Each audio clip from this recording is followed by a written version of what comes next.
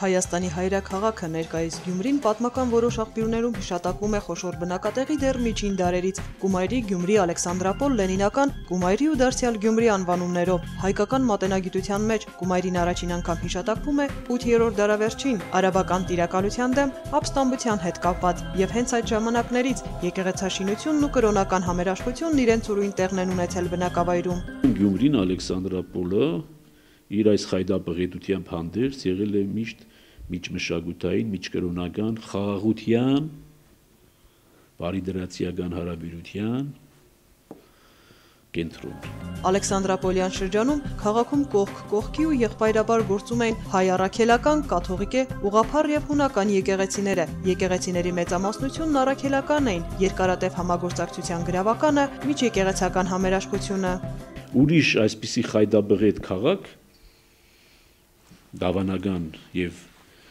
միջկրոնական քաղաք չկա եւ չի եղել։ Միատարությունը գյումրեցի լինելու մեջ է եւ 7 վերքին կապվածության մեջ է։ Քրիստոնեական եկեղեցիների եղբայրության վառ օրինակը Շիրակի թեմի առաջնորդանիստ Սուրբ Աստվածածին կամ 7 վերք եկեղեցին է, կառուցված 1874-ից 86 թվականներին։ Եկեղեցու պաշտոնական անունը Սուրբ Աստվածածին է, 7 վերք անվանվել է ի պատիվ Մարիամ Աստվածածնի նկարի, նկարում, որը Գյումրի է բերվել Վերին Բասենի Հասան Կալաբերդա քաղաքից 19-րդ դարի երկրորդ կեսին, պատկերված է Սուրբ Մարիամն իր 7 վերքերով։ Խորանը զարդարում է Վարդգես Սուրենյանցի Աստվածամայրը։ Խորհրդային տարիներին քրիստոնեությունը որպես պետական կրոն առաջինն ընդունած Հայաստանում գործում էին 2 եկեղեցի՝ մեր երկրի հոգևոր եւ կրոնական քաղաքներում՝ Էջմիածնի Մայրաթոռն ու Գյումրու Սուրբ 7 վերքը։ Ձախակողմյան նախամուտքը վերածված էր կաթոլիկների համար աղոթատեղի խաչելություն, որտեղ ուշտրված է խաչելությունը, իսկ աճակողմյան նախամուտքը վերածված էր ուղղափառների, ռուսների եւ հույների համար ուխտատեղի, որտեղ դրված էր Սուրբ Նիկողայոս հրաշագործի, սկանչելագործի ուղղափառ իկոնան։ Առանց խտրականության իր գիրկը բացել էր եւ հովվել էր բոլոր դավանությունների ներկայացուցիչներին, առանց նույնիսկ նրանց դավանության մեջ միջամտելու, թողնելու իրենց այդ դավանական ազատության մեջ,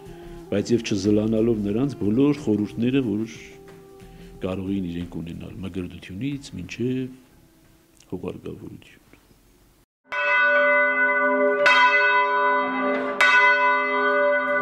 Երկրաշարժից հետո Գյումրիի նորակառույցանի թաղամասում վերխոյացավ Սուրբ Հակոբ Մծբնեցի եկեղեցին, հույս ու հավատք ներշնչելով աղետից հետո նոր հույսով վերածնվող գյումրեցիներին, քաղաքի տարբեր մասերում մեկնարկեցին եկեղեցիների վերանորոգման աշխատանքները։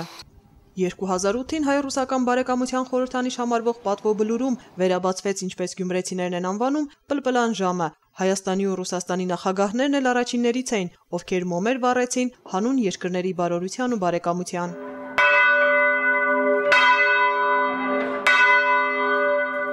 2015-ին Եղեռնի 100-ամյա տարելիցին հավատավոր ժողովրդի առաջ իր դռները բացեց հայ կաթողիկե առաջնորդանիստ եկեղեցին, անվանակոչվելով Սրբոց նահատակած՝ ի հիշատակ անմեղ զոհերի։ 20-ական թվականի երկրաշարժից հետո բռնազավթվել է ուղղակի պետության կողմից, հանձնվել էր ազգաբնակչությանը որպես կացարան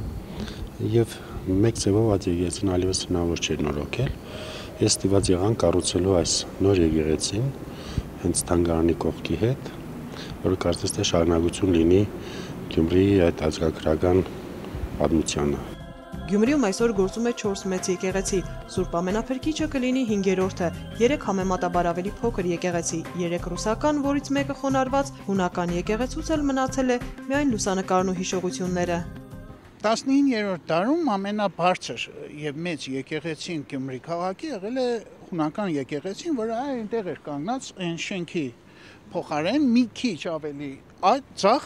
հենց դա էր պատճառը, ճիշտ որ ասած, որ կառուցվել է այս մյուս մեր եկեղեցին ամենափրկիչը։ Գյումրեցի վարպետները հավաքվել են եւ ասել են, թե այդպես չի լինի, որ ամենամեծ եկեղեցին լինի հունականը մեր քաղաքում։ Պետք է սարքել մեր եկեղեցին ամենաբարձր եւ նախաձեռնել են եւ վերջնական կառուցել են այս եկեղեցին, որը ամենաբարձրն է։ Հավատավոր ժողովրդի աղոթքն իր խորանից առաստված առաքելու իր հերթին է սպասում հայ առաքելական ամենաբարձր գմփետն ունեցող եկեղեցին 36 մետր բարձրությամբ եկեղեցին կանգուն մնաց 1926-ի ավերիչ երկրաշարժին 1932-ին զանգակատունը փորձեցին քանդել տանկերով, հետո էլ փորձեցին պայթեցնել խորհրդային տարիներին եկեղեցին ծառայեց որպես ֆիլհարմոնիայի դահլիճ Սուրբ Ամենափրկիչը մասամբ ավերվեց 1988-ի երկրաշարժի ժամանակ, ինչին հաջորդեց վերակառուցման փուլը։ Գյումրին քաղաքի կարգավիճակ ունի դեռ 1837-ից։ Քաղաքի կենտրոնական հրապարակում հենց այս կետից կարելի է հետևել տարբեր ժամանակաշրջանների ճարտարապետության երկխոսությանը։ Քաղաքի սիրտը հարավից Սուրբ Ամենափրկիչն է հսկում,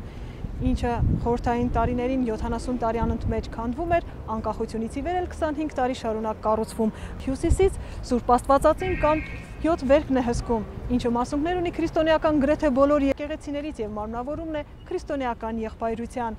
Քաղաքի կենտրոնում, ինչպես պատմիչներն են վկայում, հանուն հավատքի նահատակված զորավարն է Վարդան Մամիկոնյանն իր հավատարիմ զինակիցներով Հայաստանի ամենակրոնական քաղաքի սրտում, հենց այս կետից հունիսի 25-ին առաստված աղոթ կհղի մեր մոլորակի 1 միլիարդ հավատացյալների հոգևոր առաջնորդը, հանուն հավատքի, հանուն լույսի, հանուն խաղաղության։